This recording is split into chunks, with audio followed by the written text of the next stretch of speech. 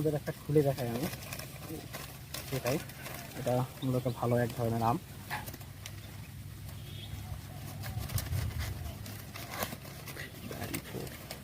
এই আমটা মনে হচ্ছে বাড়ি ফোর।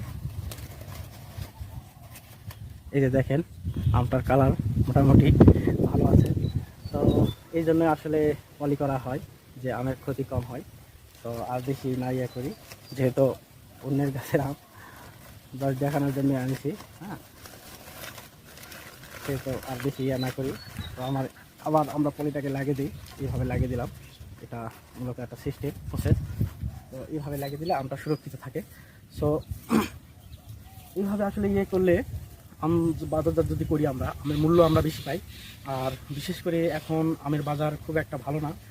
আমরা চাষ করতেছি ঠিক আছে, আমরা যেহেতু সাপাহারের সাইটে এলাকার লোক, আমরা সাপাহারের পার্শ্ববর্তী আমাদের মানে থানা।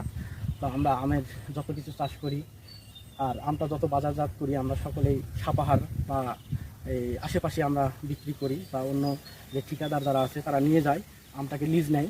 তো আমরা এইভাবে আম ইয়ে করলে আমরা অনেক আমের হাত থেকে রক্ষা পাবো। কিন্তু আমের বাজার বা বাজারজাতটা খুবই নিম্নমানের। এখন আম খুব একটা মূল্য পাচ্ছে না, যতটা কষ্ট করে কৃষকেরা যে আমটা মানে চাষ করে সেই অনুযায়ী যে আশানুরূপ ফল একটা যেটা পাবে সেটা পায় না।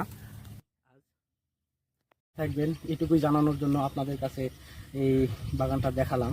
তো আমরা দেখালাম ঠিক আছে, কিন্তু আমের বাজার অনুযায়ী যে চাষিদের খুব লস, এবারে আমের খুব একটা মূল্য নাই। তো এদিকে লক্ষ্য দেওয়া উচিত। বাংলাদেশে যেহেতু আমের যে একটা যে অবস্থান, এটা খুব অনেক ট্রেন্ডিংয়ে হাই একটা পজিশানে আছে, সেহেতু বাংলাদেশের সরকারের প্রয়োজন যে আমের বাজারের দিকে একটু লক্ষ্য দেওয়া। তো ঠিক আছে, সকলে ভালো থাকবেন।